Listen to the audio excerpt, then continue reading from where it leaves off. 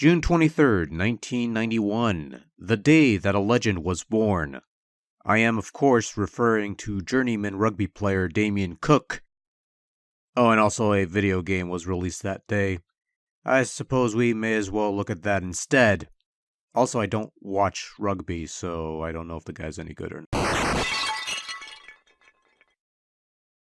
Released in 1991 for the Sega Genesis Drive thing, Sonic the Hedgehog places you in the role of the eponymous Sonic the Hedgehog, who has to save his friends from the machinations of Dr. Ivo Eggman Robotnik. You do this by venturing through 6 zones, divided into 3 acts each, smashing enemies, navigating loops, and avoiding obstacles. At the end of each third act, you'll face off against Dr. Eggman Robotnik guy, person, dude, in one of his devastating machines capable of massive damage or something to that extent. You defeat him, you get to free some of your friends from the egg chamber before moving on to the next zone, and the cycle continues. But be careful, a single hit can dash Sonic's hopes and dreams away for good. Unfortunately, you can collect rings to protect you from instant death. So if you take a hit, you lose all your rings, but not your life. Rings provide more than protection, they also offer minor bonuses. For instance, if you snag 100 or 200 rings the first time around in an act, you'll earn an extra life. Also, the more rings you have, the more bonus points you'll score when clearing an act, and every 50,000 points nets you an extra life. Not only that, but if you manage to reach the goal sign with 50 rings or more on hand, there'll be a giant ring that you could jump into. Jumping into this ring brings you to the seizure-inducing special stage where Sonic is curled up into a ball and you'll need to navigate through this blocky, corridor, bouncy maze thing and buttons that will switch rotation and speed while avoiding the gold ball things in an effort to seek out and claim a Chaos Emerald. These magical emeralds possess magical powers that are evident in future games. Here, they're just an extra objective to give you a good ending if you manage to snag all 6 of them, and I guess that covers the basics for those who don't already know this stuff because it's pretty old hat by this point. Anyway, Sonic has a simple control scheme. Your D-pad moves Sonic as well as shift camera perspective somewhat in terms of the vertical alignment when standing still, otherwise known as looking up and down. And any button that isn't a start button makes Sonic jump into a super spin attack, the main means of attacking your enemies. It's simple to understand and it works well enough, but then if you press down while running at a somewhat fast speed, Sonic will curl up into a ball and depending on circumstance gain even more speed, which is useful for speeding through things quickly or reaching places that wouldn't normally be reached. Controlling Sonic is so simple that even a insert cliche here can catch on easily. But what works exceptionally well are the physics, making use of momentum, springs, loops, and other gimmicks to attain more speed and potentially reach places you otherwise couldn't. Sure, speeding through loops and bouncing off springs to blaze through an act in the fastest time possible is tempting and satisfying even, but there's something about these worlds that makes you want to slow down a bit and check out your surroundings for stuff. And Green Hill Zone is such a perfect starting level that allows you to experiment with the controls and the physics. Go down the slopes, bounce off the pads, gain that speed, avoid the thorns on the rolling log. Ugh. But the point is, you have 3 acts to hone your craft and most importantly, your mastery of your speedy potential. Dr. Robotnik poses a challenge at the end of each third act, using your skill to crack the Eggman and free your animal friends from their cold, hard prison. But just as you acclimate yourself to being a blue blur, you eventually hit the game's second zone, the Marble Zone, a video game equivalent of figurative blue balls, which de-emphasizes those speedy tendencies in favor of pushing blocks into switches, carefully jumping platforms, avoiding crushers and fireballs.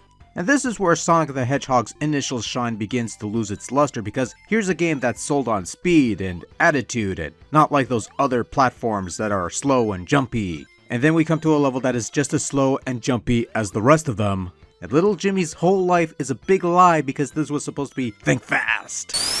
But then thinking fast kills you, and that's why they invented blast processing, which makes him faster than ever. And then there's Starlight, and you've got some speedy segments there, and hey, this is starting to get fun again. And then Sonic shits the bed with Labyrinth Zone. A case of slow, slothing, anemic, outright horrid level design with a good chunk of it underwater. An environment where poor Sonic is pretty much moving in molasses, not helped by the limited oxygen he has to either escape the watery grave or find a pocket of air bubbles to breathe from. Of all the water levels played throughout the Sonic games of the 2D Persuasion, Labyrinth Zone remains my least favorite zone, and is often considered the breaking point to whether I'd be bothered to continue with the rest of the game, or just give up and die. But on this occasion, I continue. How could I not, since it's one of the rare occasions where I've nabbed all 6 Chaos Emeralds during a playthrough. Otherwise I would have tapped ages ago. And while Sonic's remaining 2 zones pose their own set of challenges, they never reach the apex of irritation that the morbid Labyrinth zone achieves. Slowly but surely, Sonic reaches the final zone where the final battle with his arch-nemesis takes place, within a calculated struggle that will eventually end in either a thrilling victory or a brutal defeat. Now, that was a mouthful, and I realized this sad tale of exhibition that is seemingly designed to pad out this video for far longer than necessary, and well, after that stupid labyrinth, the thrill was gone and was just business as usual. But in retrospect, as far as playthroughs from beginning to end are concerned, this was alright. One bad apple, as well as a less than appealing lemon, doesn't spoil the whole lot, and while 2 out of 6 or 7 zones come close to deal breaking, the rest of Sonic the Hedgehog is actually quite enjoyable, challenging, and just thrilling. And speaking of thrilling, how about them special stages? It's better than nothing, I suppose. Clearing Act 1 or Act 2 with over 50 rings on hand will summon a giant ring that you can jump into in order to access special stages that are special and trippy. You control Sonic in ball form as you have to navigate these spinning labyrinths in order to find and claim the Chaos Emerald that hide within. If you snag all 6 emeralds, then you get the game's good ending, and that's about it. Acid trip backgrounds aside, I always found these special stages to be rather lame, to be honest. They're awkward, odd, and decidedly not fun, but the feeling you get when you eventually claim an emerald, that makes it almost worthwhile. Almost, but not quite. Sonic the First is a fine-looking video game. It has nice, colorful environments to go along with the vibrant and adorable little robot critters and the little animal friends, and Robotnik, Eggman, whatever, looks fine in his contraptions.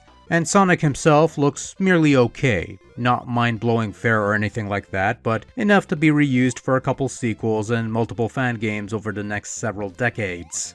Everything flows smoothly enough when the game moves at high speeds, or rather as smoothly as would be allowed on ancient hardware. It's wonderfully colorful fare with sizable characters and varied environments ranging from the wonderful to the rather mundane. At best, it's the type of graphical showcase worthy of a packing title for a Sega system, while at worst, it is a fine base to build further sequels on that would provide more elaborate and creative visual set pieces. And then there's the audio portion of Sonic the Hedgehog. The classic Sega fanfare, the classic Sonic title theme, the somewhat iconic Green Hill theme, some of the familiar jingles and sound effects that would permeate several generations of video games and Sonic titles. And then there's the rest of the musical package, a variety of tunes with some top-notch tunes such as the Spring Yard and Marble Zones, as well as some less than stellar tunes such as Labyrinth Zone, and the various boss themes being rather, meh, if I could be ever so generous. Your mileage will vary, and some will consider every track in this first Sonic game to be top-notch excellence, and if that's the case, then more power to you. Personally, I don't feel that's the case, but on the bright side, the musical quality in Sonic video games can only get better from here, and that's something to look forward to. Overall, Sonic the Hedgehog is a good game. Meh.